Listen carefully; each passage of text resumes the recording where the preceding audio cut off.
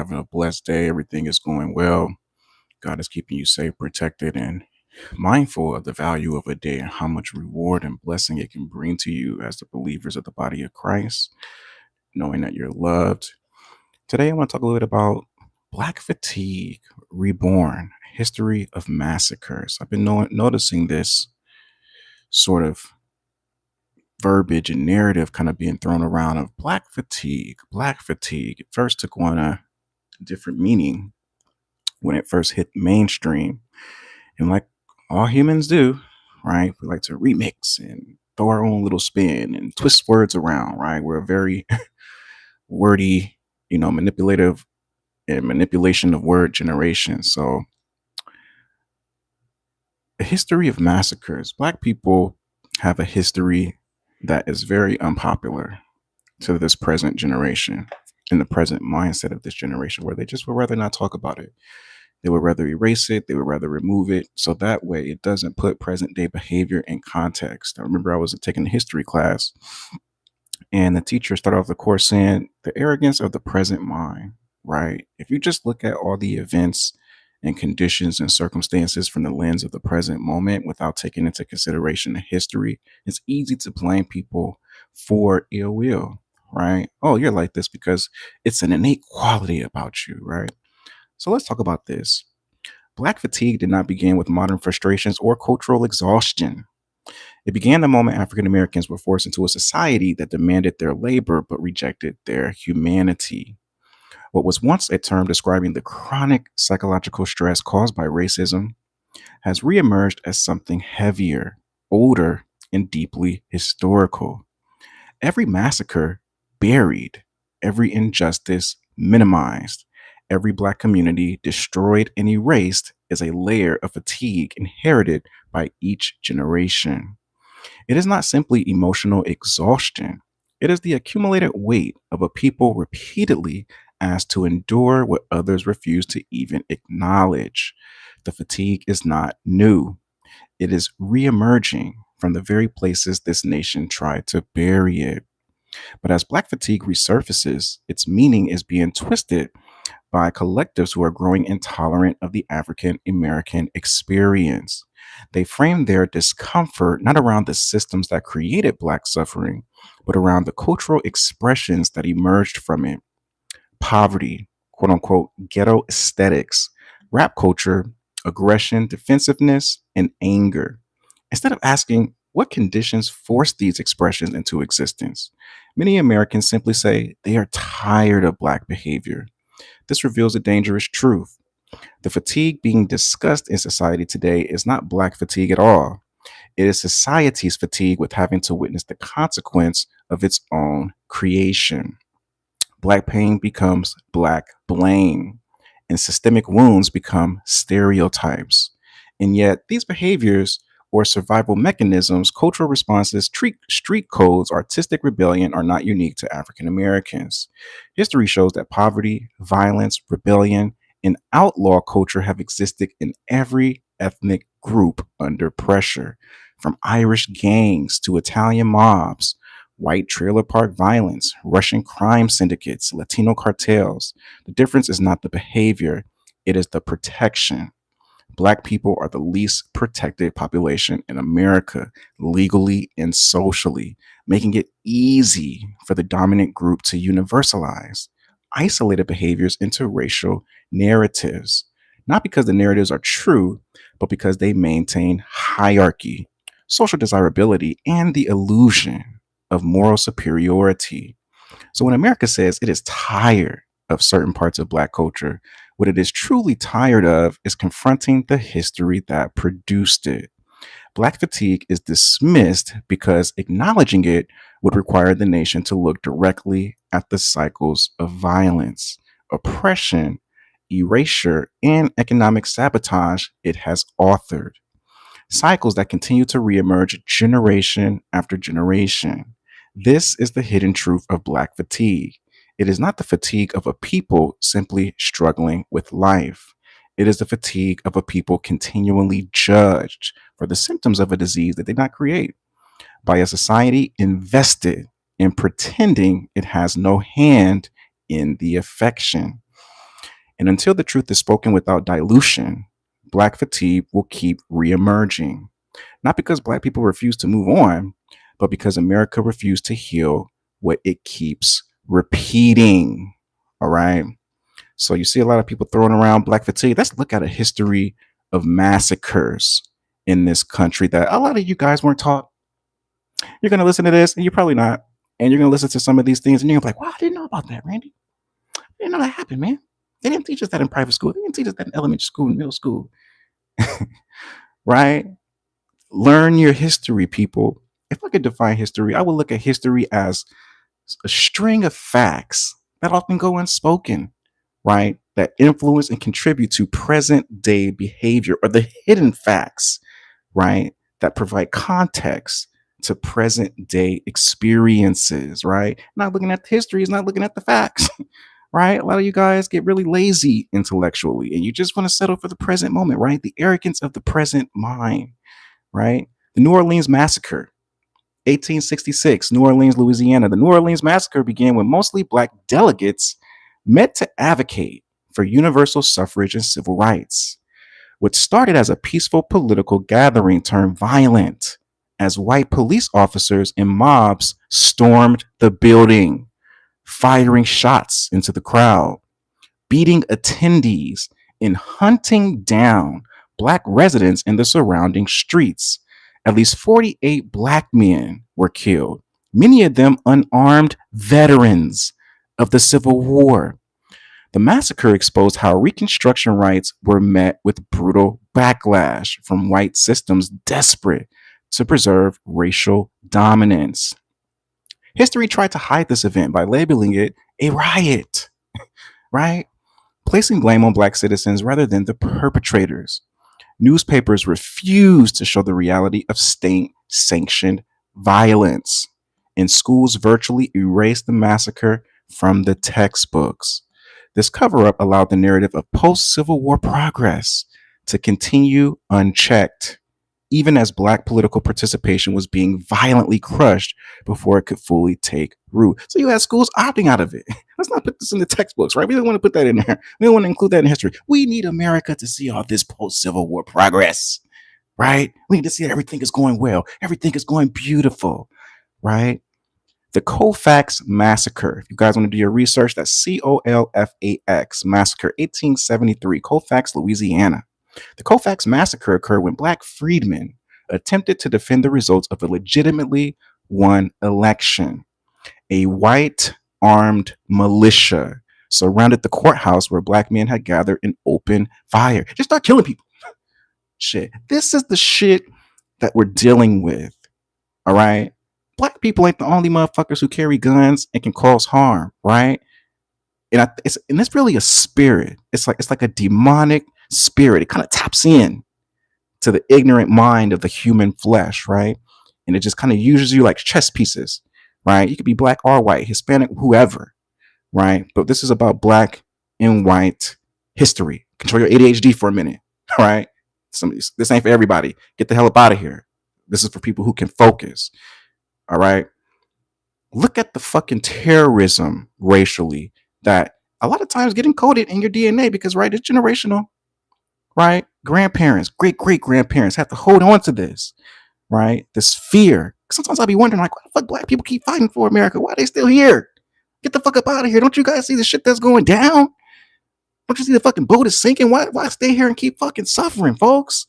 Sometimes I'll be feeling like Moses, man, get your asses up out of here. God got a judgment for America. He got a judgment for these white folks and for these Black folks, for all these fucking folks, right? Because it's that deep, right? But a lot of Black people don't want to run away. They fought to build this country. They have legacies, right? They have generations and generations of work they put in. So a lot of it is a pride factor, right? You saw this with the Israelites, right? They didn't want to leave Egypt. Moses is like, hey, God got a plan. Let's get up out of here. Man, you done brought us all this way, man. I want to go. We were better off serving the Egyptians, right? In a lot of ways, the Black folks are really like a lot of the Israelites in the Old Testament. That mindset, you don't want to leave your master, right? It's a big ass world out here. You guys want to stay in the backyard, keep playing with your enemy, right? So, the Colfax Massacre, right?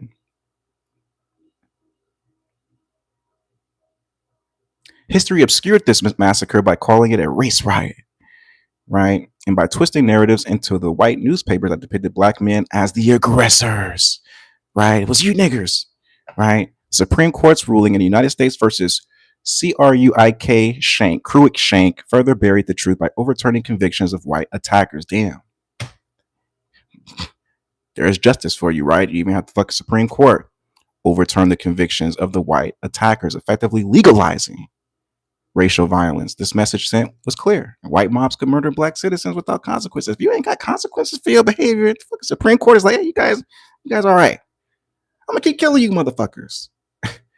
Right?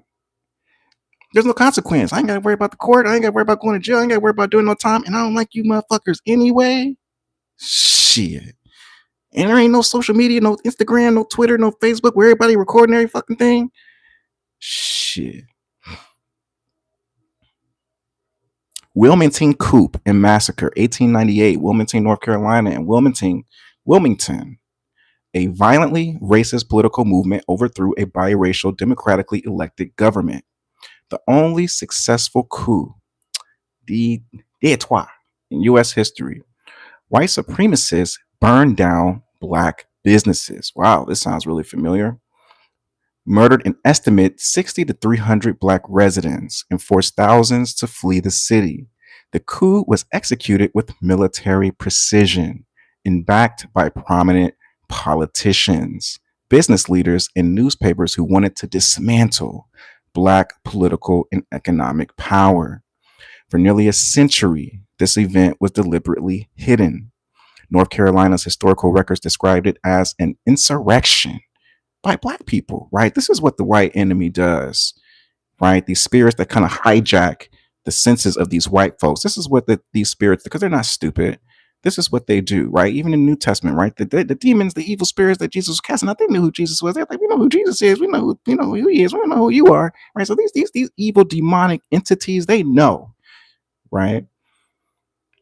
We're just going to rewrite this history, man. We're just going to twist. And that's what a lot of these white people do today, right? Who are empowered over these different narratives in the news stories and the media because they run everything, right? Black people don't got no power.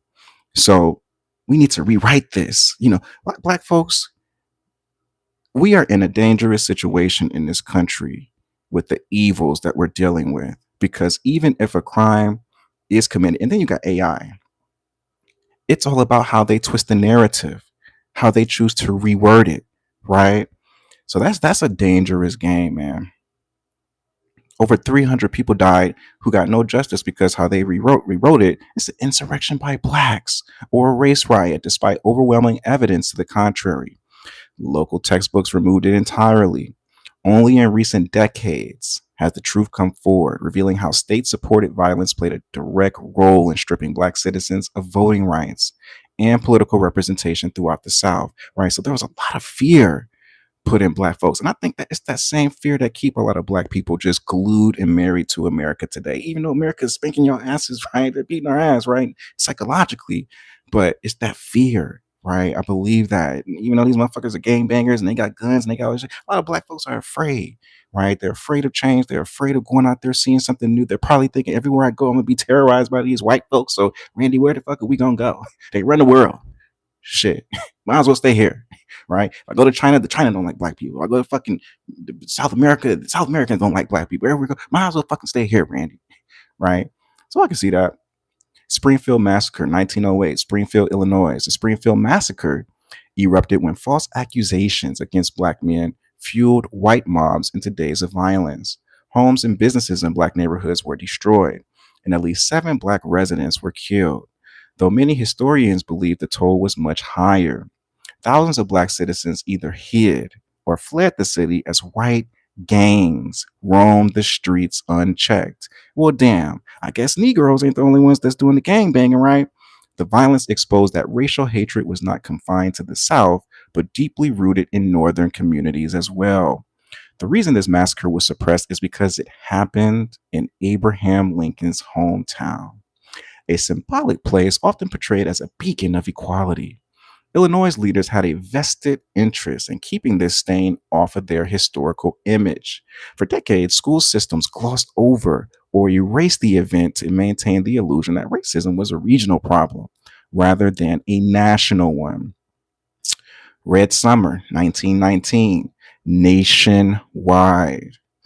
Red Summer refers to one of the darkest periods in U.S. racial history, marked by at least 26 massacres in major cities, right? Then y'all wonder why these white folks so damn quiet, right? Y'all think like, oh, white people are so innocent, they're so perfect, they're just kind of mowing their lawn and taking their dogs out. You black people are so violent. Look at the fucking history of these white people. They were slaughtering motherfuckers.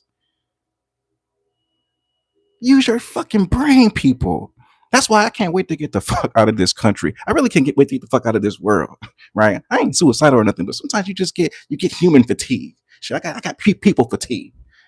You know, it's like it just, you just get this angst where you're just like, Lord God, like, give me the fucking grace just to get through each day. And some people see what's going on. Some people are waking up. Some people are paying attention. They're doing their research. They're doing the history. But a lot of people just fucking ignorant, man. I don't know if it's because I'm a combat veteran and I just got a little tolerance for the bullshit. But I'm just like, dude, do your fucking history, man. Do your research, right? Red Summer. I didn't know shit about the Red Summer. Out of all the schools I went to damn near 4 high schools, college, master's degree, associate's degree, bachelor's degrees, all the fucking military. Haven't learned anything about the Red Summer, right? And you think this shit is coincidence? You think they don't teach you guys your history just because motherfuckers woke up and had amnesia? No, this shit is strategic, man. What they're doing. Red Summer refers to one of the darkest periods in U.S. racial history, marked by at least 26 massacres in major cities. White mobs attacked black communities from Chicago to Washington, D.C., burning neighborhoods, lynching residents with impunity. You can't tell me that shit ain't the devil, right? It just, yeah, you're gonna feel a certain type of way when you do your history, but you need to feel that. You need to feel that energy because that energy will help you get off your ass and go do something, right? Hundreds of black people were murdered and thousands were left homeless. In many cases, black veterans returning from World War I were targeted because they were seen as too proud. You niggas are too proud, right? They just came back from war, fucking damn near giving their life for their country. White people looking at them like, you motherfuckers too proud, right? That's the fucking ignorance that we're still dealing with really till this day. Because they didn't give a fuck about you then, they don't give a fuck about you now, right? That's how I'm looking at it. That's what I'm taking in. Now all this shit is making sense, right? Black veterans returning from World War I were targeted because they were seen as too proud or too assertive after serving overseas. Much of Red Summer was erased or softened in the historical record by labeling these events as racial riots, implying there was mutual aggression. This wording obscured the reality. These were organized white massacres against black civilians. The federal government refused to investigate, and newspapers framed black self-defense as criminal behavior. The national silence allowed the myth of American racial progress to continue without addressing the systemic, coordinated violence of the era, right? So we could do a whole damn video on Red Summer, but I'm just bringing this up to you guys because you don't know about it. The Elaine Massacre, 1919, Elaine, Arkansas. The Elaine Massacre began when black sharecroppers attempted to organize for fair pay and union representation. Their peaceful meeting was attacked by white mobs and federal troops who claimed that black farmers were planning an uprising. Over several days, an estimated 200 to 600 black residents were hunted, shot, lynched, and driven from their land. It stands as one of the deadliest racial massacres in American history. The massacre was buried under lies, with courts convicting and sentencing black survivors rather than white perpetrators. Local authorities fabricated a narrative that black residents were plotting violence, and national newspapers repeated these claims for decades. It wasn't until the late 20th century that historians uncovered the truth. This was a coordinated attempt to destroy black labor organizing and preserve exploitive plantation economics. The Ocoee Massacre, Ocoee, Florida, 1920. OCOEE. The Ocoee Massacre erupted when black citizens attempted to vote in the 1920 presidential election. Despite intimidation from white mobs, white attackers burned black homes, churches, and businesses, resulting in the deaths of at least 50 black residents.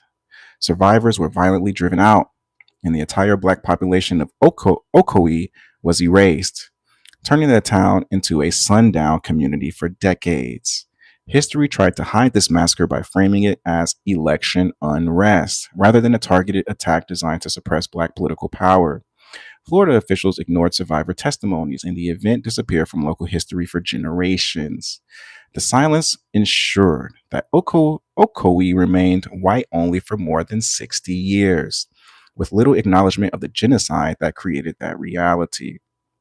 Then we have the Tulsa Massacre, Black Wall Street, 1921. Rest in paradise to the elder who just recently passed away, who was one of the longest living survivors of the Tulsa Massacre. Man, 100 years of receiving no justice and seeing the degradation of your community, right? Rest in paradise to that queen, man. Just really, really heart wrenching. Um, the Tulsa Massacre destroyed Greenwood, one of the most prosperous black communities in the nation, triggered by a false accusation against a black teenager. White mobs descended on Greenwood, burning 35 blocks, killing over 300 residents, and dropping explosive devices from airplanes, making it one of the only aerial bombings on U.S. soil against civilians. Black wealth, business, and generational legacies were wiped out in less than 24 hours. For decades, Tulsa officials and newspapers hid the truth, destroyed documents, and threatened survivors. Insurance companies refused payouts, calling the massacre a riot, and public schools erased it entirely from their curriculum. The destruction of Black Wall Street represents the class, race, and economic violence America does not want to confront because it reveals how Black prosperity has repeatedly been targeted and sabotaged. The Rosewood Massacre, 1923, Rosewood, Florida. The Rosewood Massacre was sparked by a false accusation from a white woman claiming a black man assaulted her. White mobs used this lie as justification to burn the entire town of Rosewood to the ground, killing dozens of black residents who attempted to flee or defend themselves. Survivors hid in swamps, and many families were permanently separated. Every black home and business was destroyed. The massacre remained buried for 70 years because Florida officials actively suppressed the truth. Many white residents feared exposure of their involvement, so witness accounts were silenced. It wasn't until survivors courageously testified in the 1990s that Rosewood gained national attention. The long cover up illustrates how deeply America has tried to erase instances of racial terrorism. The Detroit Massacre, 1943, Detroit, Michigan. The Detroit Massacre began after false rumors spread that black men had assaulted a white woman. This lie ignited days of violence, with mobs attacking black neighborhoods and white police joining the aggression. Of the 34 people killed, 25 people were black, several shot in the back by police. Thousands were injured or displaced as racial tensions exploded in one of the nation's largest cities. Detroit leaders downplayed the massacre to protect the city's industrial reputation during World War II. Officials used language like civil disturbance rather than admitting racially motivated brutality. Schools avoided teaching it, and the event faded from public memory.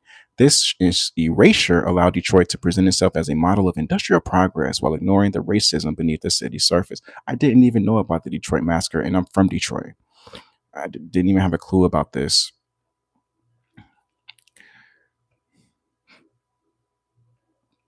Move bombing. MOVE bombing, 1985, Philadelphia, Pennsylvania. The Move bombing was a state-sanctioned attack on a black liberation group living in a West Philadelphia row house. Police dropped a bomb on the home, igniting a massive fire that killed 11 people, including 5 children, and destroyed 61 nearby homes. Emergency responders were instructed to let the fire burn, turning an entire neighborhood into an inferno. It was one of the most shocking uses of military style force against black civilians in modern U.S. history. I didn't know about this. The Move bombing, 1985 in Philadelphia. Authorities framed the bombing as an accident or a necessary police action, rather than an act of domestic terrorism. No city officials faced serious punishment, and Philadelphia's government attempted to move past the tragedy without accountability. The narrative was controlled to avoid admitting how far state power was willing to go in suppressing black activism. The Move bombing shows that racial violence didn't end with Jim Crow, it simply evolved. What I'm getting from this, man, is a lot of the cities in America that have a lot of the gang violence and the crime and just niggas just acting out, right? Are also some of the same cities that historically had massacres against black folks. I'm kind of noticing that. Like, damn, like a lot of these places where these niggas is turning up are places where the white folks turned up. It's really interesting. Detroit, Philadelphia, right? Chicago, all of these places back in the 100 years later, where it was reversed, right? Where you have a lot of white mobs doing a lot of what the black mobs are doing today, right? It's almost like history is repeating itself, but in a different form, where that generational trauma, man, gets passed down, and people, they want justice. Is kind of what I'm getting from it, and this is what's going to happen. You black people are going to rise up. You're going to stay here long enough. You're going to get fed up. They're going to keep instigating these crimes against you guys because they know the history. And white people are living in fear right now. They're terrified. They got all kind of shit in outer space floating around. They can't explain anything. Everything's getting rewritten in physics. They're living in fear. They've always been living in fear, but now even more than ever, especially where the economy is going. And if shit goes down between you black and you white folks, they're going to rewrite it as a race riot, and they're going to say you black folks instigated it. That's what they're going to say. These black people are wild because that's what they've been saying, right? These black people are violent.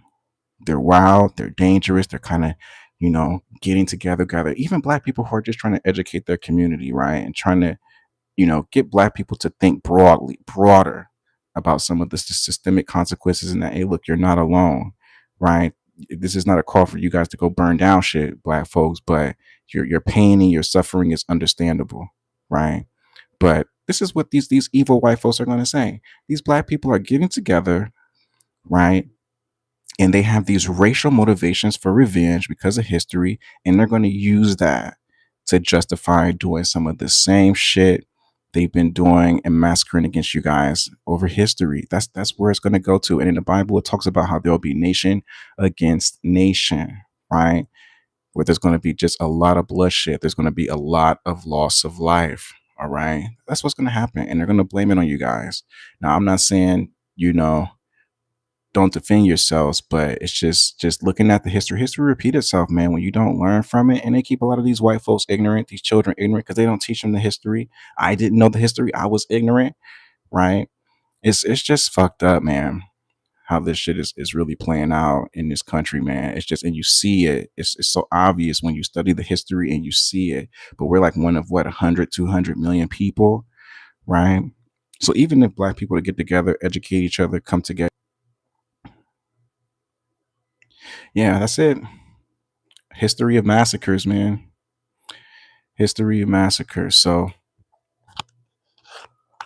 hope this reaches who is meant to reach. This isn't for everybody. Because a lot of you guys, you're not intelligent. You're not intelligent, and you're okay with not being intelligent because America allows you to be this way. So I'm praying for you, right? Because none of us, are exempt for the consequences of our actions, right? But I can't judge you. I can't judge you. Only God can judge you. But I'm praying for you because looking at the history, it's not looking good for the future. But this information needs to be discussed. It needs to be put out there. I ain't got no friends, so I'm not tripping. This is important. A lot of this stuff I didn't even know. Yeah, so that's all I have, man. Do your research, understand your history. I'm out.